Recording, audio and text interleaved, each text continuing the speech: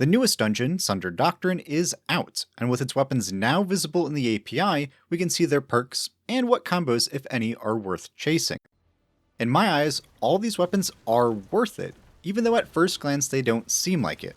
I mean, who wants a trace rifle and a scout? Well, not only is the origin trait of these weapons, Subjugation, very good in PvE, you have powerful perks like Redirection, which got a buff, and Detonator Beam. So let's go over all of these weapons and give you some tips for farming if what I have showed you piqued your interest. Starting things off, we have the origin trait Subjugation, which has 3 effects based on what type of enemy you are hitting, adapting to what you are actively fighting. Against weak targets, which means rank and file enemies and elites, aka red bar and orange bar enemies, these weapons' shots explode on contact. Basically a free version of the explosive payload perk.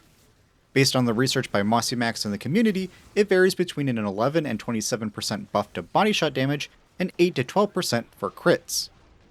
The kicker is that currently these shots proc quite frequently. Every hit on all these weapons except the trace rifle, which takes 4 hits. So more damage, procs often, and can stagger enemies because of it. The second effect is when hitting strong targets, referring to champions, mini-bosses, and bosses. This will apply Exhaust, which has existed in the game for some time, just never as a well-defined verb, mainly as part of Overload Stun and other perks. Exhaust will cause the enemy to deal 10% decreased damage, a lesser intensity version of reducing enemy damage output compared to the likes of Sever from Strand, which is a 40% decrease. But you have more uptime with the origin trait's Exhaust, as it is on hits, not kill or ability. The third effect is when hitting Guardians, which will increase the weapon's flinch resistance. While handy, these weapons, to my knowledge, aren't the best for PvP, but I'd consult an expert on that or try them out for yourself.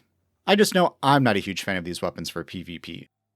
In summary, you'll do extra damage and stagger minor enemies, which is useful for the hand cannon, scout, and trace rifle, exhaust high-value targets causing them to deal less damage, which is good for all weapons, and will reduce the weapon's flinch against Guardians, which is good for the hand cannon, scout, and trace if you like using them in PvP. Now onto the weapons. Let's start with the hand cannon. Unloved is a strand heavy burst hand cannon, which is one of the best archetypes for primary elite DPS and a top contender for minor DPS, when referring to Mossy's handy dandy heresy DPS chart. A burst hand cannon does take time to get used to, but they are worth it. And this one is no slouch when it comes to perks. In column 3 you have Hatchling, Rapid Hit, Heating Up, Killing Wind, Dragonfly, and Outlaw. In column 4 there's Paracausal Affinity, Elemental Honing, Terror, Kill Clip, Frenzy, and Closing Time. This is the first time that Hatchling is found in column 3 on a primary weapon, which will then allow you to pair it with a damage perk, of which I recommend Frenzy, as it also gives you max reload and handling, which are this weapon's poorest stats. A rare perk finally making its way to other weapons is Paracausal Affinity, which is a 20% buff that can be procced on weapon or ability kill, so long as they are strand or stasis for this weapon. Elemental Honing is an even greater damage perk, topping out at 35%, but that requires jumping through a lot of hoops to hit enemies with different elements, really only achievable on Prismatic or if you have a rainbow of weapons and abilities. As for my top picks, Hatchling and Frenzy gives you splash perks, increased damage and reload, and strand synergy. If you don't find the Threadlings useful, which a lot of times they aren't, you could substitute that for Dragonfly. Another combo is Dragonfly plus Tear. Both proc on precision hits, give you a splash damage perk, and anything still alive in the vicinity will be severed, severely lowering their damage output. Keep in mind that poor reload speed though, so spec into that elsewhere on the weapon. Otherwise, if you're picking a non-frenzy damage perk, I'd recommend Rapid Hit or Outlaw. Next is Unsworn, the strand adaptive trace rifle. Now, traces have been in an awkward place in PvE, especially since we got rocket sidearms and several excellent exotic primary weapons, but now they are a bit better with a 20% buff to miners in the heresy patch, a nerf to rocket sidearms, and the pretty good perks on this weapon. And if we look at their DPS against miners and elites, they are pretty good, they just take special ammo. For the perks, which really sell this weapon, you have Tear, Stats for All, Rewind Rounds, Subsistence, Shoot to Loot, and Thresh in column 3, Hatchling, Detonator Beam, Elemental Honing, Bait and Switch, Target Lock, and Killing Tally in column 4. For speedrunners and endgame players, you might have perked up on Shoot to Loot, as this is the only trace rifle in the kinetic slot to have it. For all players, Detonator Beam is the far more interesting perk. This new perk, only found on Unsworn and the upcoming Iron Banner weapon Warlord Spear, creates a damaging explosion after dealing sustained damage.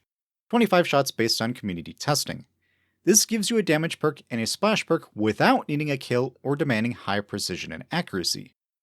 You also have Tear in the third column, allowing you to spread Sever and still have a damage or splash perk. As for my top picks, go with Detonator Beam and then experiment with Tear. Tear requires precision kills, so depending on your accuracy, ad density, and how often Detonator Beam is getting the kill, Tear could be excellent or kind of useless. If it is the latter, go with Shoot to Loot or Rewind rounds so you have to reload less often. Otherwise, a reload perk with either Elemental Honing or Killing Tally could work, it just really depends on your build and situation. Do you have different elements at your disposal? Are you using Cenotaph? Have a steady stream of ammo and ads? Etc. Our third weapon is Unworthy, the Arc Rapid Fire Scout. Keeping up with the previous weapons, it is also in a good archetype for dealing with minor enemies, further helped by their recent 15% buff. For perks, you have Heating Up, Rapid Hit, Ambitious Assassin, Firefly, Keep Away, and Rewind rounds in column 3, Rolling Storm, Frenzy, Paracausal Affinity, Precision Instrument, Sun Moment, and Volt Shot in column 4. This is the second ever scout to get Volt Shot. While the other one, Tarnished Metal, is craftable, it is hard to get its pattern nowadays as you have to rely on Xur's RNG. If arc explosions are your jam, then consider Rolling Storm, as it is a way to gain bolt charge stacks, enhancing your arc builds that already included bolt charge or gives you access to it on non-arc subclasses. For my top picks, there's Firefly plus Rolling Storm, that gives you splash damage, bonus reload, and increased ability lethality with bolt charge. However, you could sub that out for Volt Shot, Frenzy, or Paracausal Affinity if you want more straightforward damage options. Also keep in mind Rapid Fire Frame's intrinsic boost to reload speed when you have an empty mag. This allows you to skip Rapid Hit, Rewind rounds, or Frenzy if reload speed was a contributing factor. Lastly, we have Unvoiced, a Void Pinpoint Slug Shotgun. While not the meta in terms of DPS or average player usability, this one has some tricks up its sleeve. In column 3, there's Destabilizing Rounds, Lone Wolf, 4 times the Charm, Envious Arsenal, Killing Wind, and Redirection. Column 4 has Demoralize, Closing Time, Bait and Switch, Vorpal, Frenzy, and Elemental Honing. Redirection is that hidden gem, which increases its damage against elite enemies and higher based on the number of stacks you get from defeating minor enemies, red bars. Not only is this perk in column 3, so you can now have 2 damage perks, it also got a pretty sizable quality of life buff. Max stacks are now 30, and you only consume 3 stacks on a hit, 2 when enhanced. Max this out, and that's 15 double damage shots, without even factoring in the damage perk you can pair with it. Now this does require setup by defeating 15 rank and file enemies and being aware that all other enemies will consume those charges. But if you can play this minigame, it'll pay off handsomely. For my top picks, go with Redirection and Bait and Switch. While technically not the highest damage, maxing Elemental Honing to 35% is even more hoops to jump through and isn't always practical. Bait and Switch is easy to proc and a 30% buff to boot. If there aren't a lot of ads to charge up Redirection, or you don't want to bother with it, then sub in Envious Arsenal or 4 times the Charm. For PvP players, you have another Lone Wolf and Closing Time weapon. For the other perks, while Destabilizing Rounds did get a massive buff, and Demoralize is cool to spread weakness, those really aren't the perks for a shotgun, unless you have ways to make this into your ad clear weapon by fitting it lots of special ammo. After all that, hopefully you saw something that you liked and want to now farm. So what's the best way to do that? Like with most raids and dungeons, each encounter has a specific loot pool, so certain weapons only drop from certain encounters. Only 3 weapons are available from the first and second encounter, the trace is found in all encounters, and all weapons can drop from the final encounter. For full teams and those set up for solid boss DPS, farming the final encounter is the optimal choice to an extent. While it has the largest loot pool, being all 8 legendary drops, you do get 2 drops from each clear. This increases the chances of getting the one item you want, or an increased likelihood if you want several of the weapons. Otherwise, pick which encounter has the most loot you are looking for. With enough practice, each encounter can go relatively quickly. If you are a duo squad but still want to farm, First Encounter is a good choice because it is less of a combat challenge and there really isn't any time pressure like the second encounter. Of course, people have already solo 2-phased the Zoetic Lockset second encounter, so running as a duo or trio will just make that smoother. For specific tips, in Encounter 1 I highly recommend learning the paths of the lenses, specifically the optimal paths and when to use them.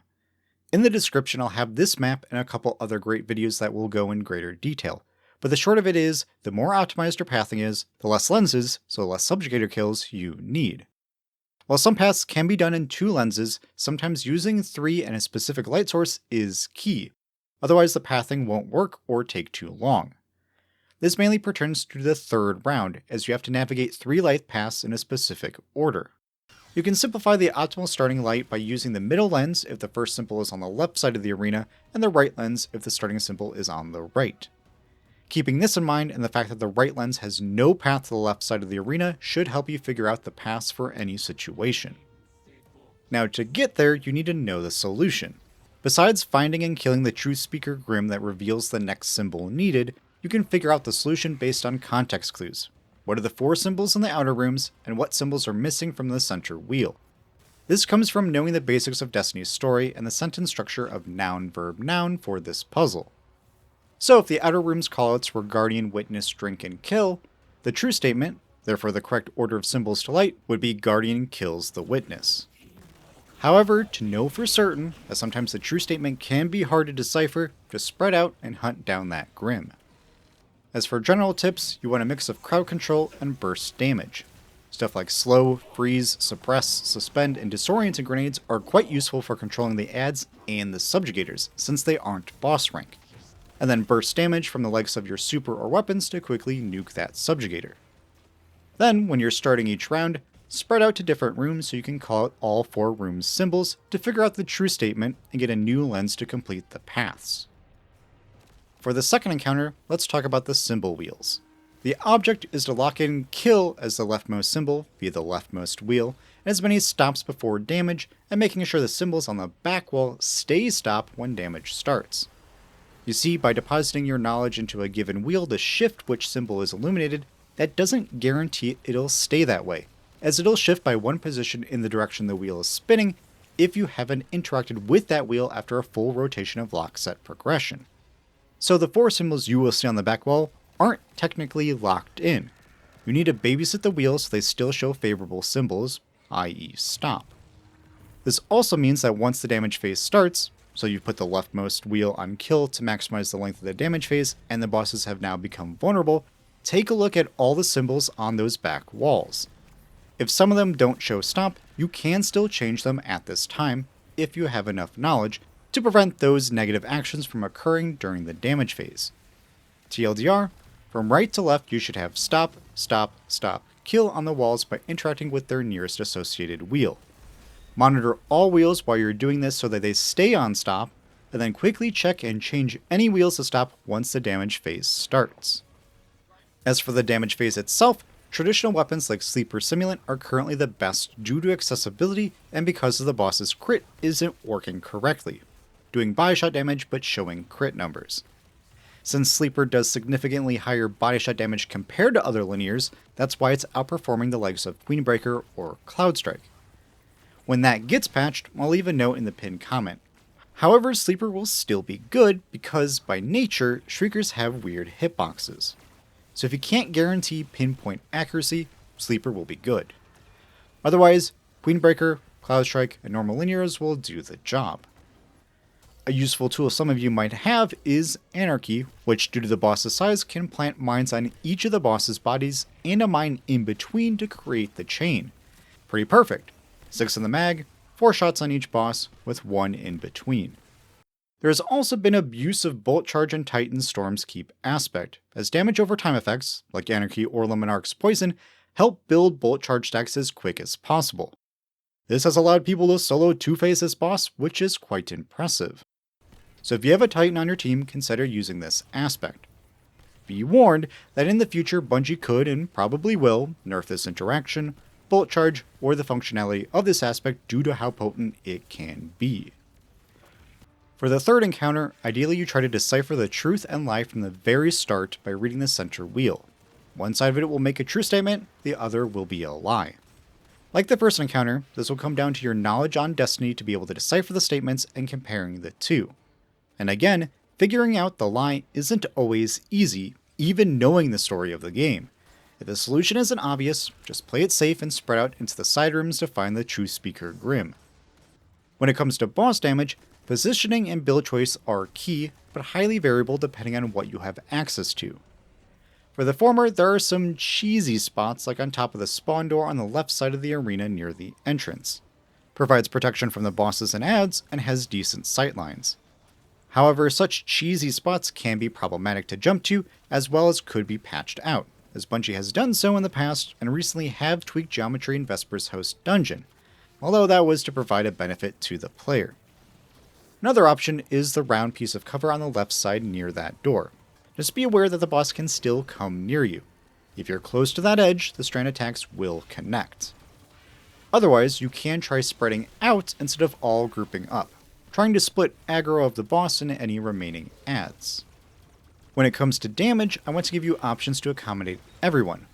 For full teams, having someone on Divinity with teammates using their best linear fusions is ideal since the boss is highly mobile with a small crit. Best linear currently is the newly buffed Queenbreaker with its Catalyst Rewind rounds, but if you don't have that, it's okay. Sleeper Simulant and Taipan are options all players have access to and will do the trick. Otherwise, consider Cloudstrike. For teams without Divinity, it's going to depend on your level of accuracy. All previously mentioned weapons are still viable, but Sleeper might edge it out if you are someone that can hit the boss, but not necessarily guarantee the crit, as Sleeper does significantly higher body shot damage compared to other linears. Besides that, Thunderlord is also solid. Easy to use, everyone has access to it, and its recent addition of Bolt Charge has further improved its damage. And speaking of Bolt Charge, if you can help it, a Titan with the new Storm's Keep aspect is just a free passive increase in damage, so long as you're all behind their barricade. Other weapons worth mentioning are Grand Overture, Microcosm, or 1000 Voices with Ember of Ashes. After damage is all done, to restock on Ambo, remember that the Subjugators and Special Knights are mini-bosses, so you can finish them with Aeons or use Cenotaph.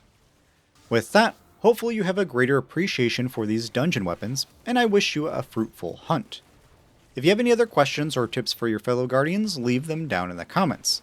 While down there, consider leaving a like and subscribing if you found all this useful and want to support the channel. And if you need help learning this dungeon, other raids, or want to make some new Guardian friends, come join the Sunda Gaming Discord.